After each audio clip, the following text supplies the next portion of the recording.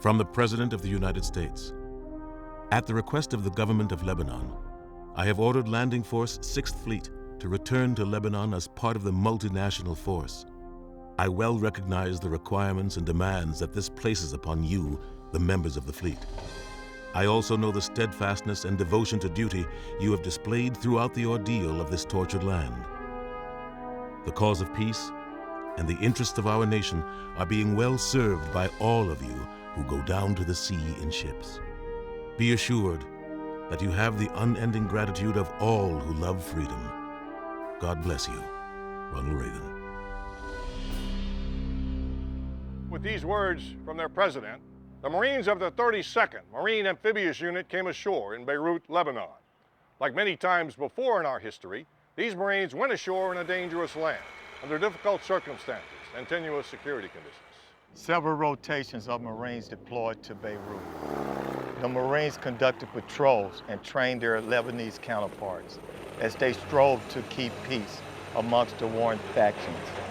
As the months wore on, the mission was increasingly complex.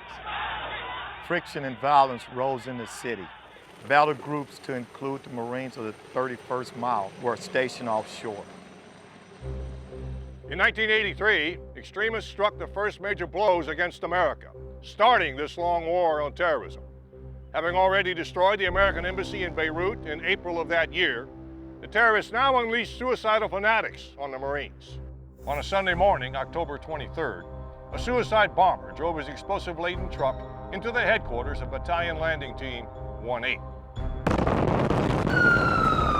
It was the single largest non-nuclear explosion on Earth since World War II. The devastation was so total, it seemed incredible at first sight that anyone could have survived. The building collapsed on itself, pancaking the 4 floors into one another, trapping and killing the sleeping Marines and sailors. Marines dove into recovery efforts. Coalition partners, though similarly rocked by attacks on them that day, joined in. But sadly, 241 Marines and corpsmen perished in the explosion.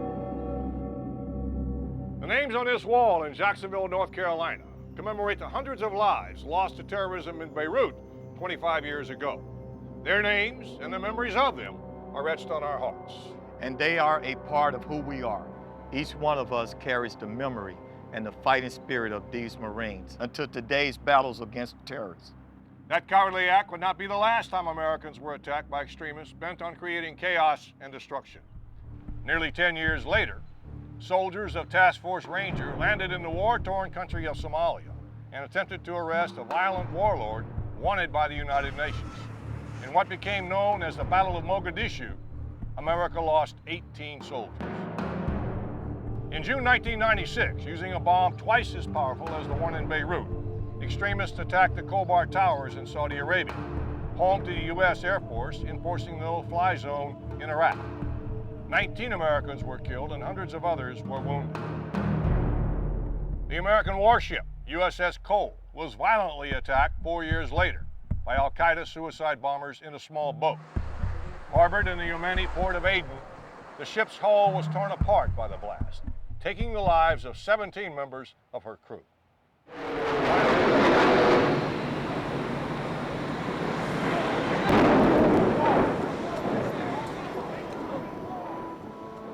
Finally, 7 years ago, on a crisp September morning, terrorists struck our homeland, killing 3,000 of our countrymen in the Pentagon, the fields of Pennsylvania, and New York City. In this war on extremism, our country has been attacked repeatedly at home and abroad, as evidenced by this fragment from the once powerful World Trade Center and the names on our memorials. We've absorbed multiple blows from ruthless killers who take advantage of our free and open society for their own cause. They have indiscriminately killed many Americans in the past 25 years. I'm convinced they would kill millions more if they could. That's the enemy we're up against.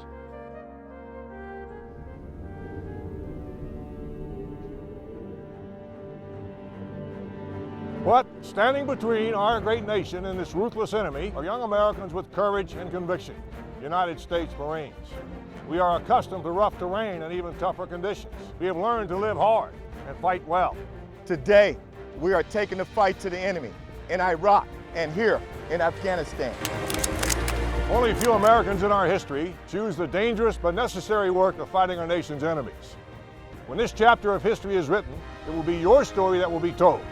It will be a story of a selfless generation of Marines who are willing to stand up and fight for our nation, to defend those who could not defend themselves, to thrive in the hardship and sacrifice expected of an elite warrior class, to march to the sound of the guns, and to ably shoulder the heritage created by those who have gone before.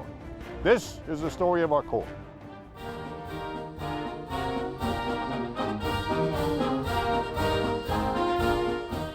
As we gather to celebrate the birth of our Corps, we also honor our families. They stand by our side and enable us to do so much for this great nation. Marines, no matter where you commemorate this or 233rd birthday, know that we're proud of who you are and what you do. You are the heroes of this generation.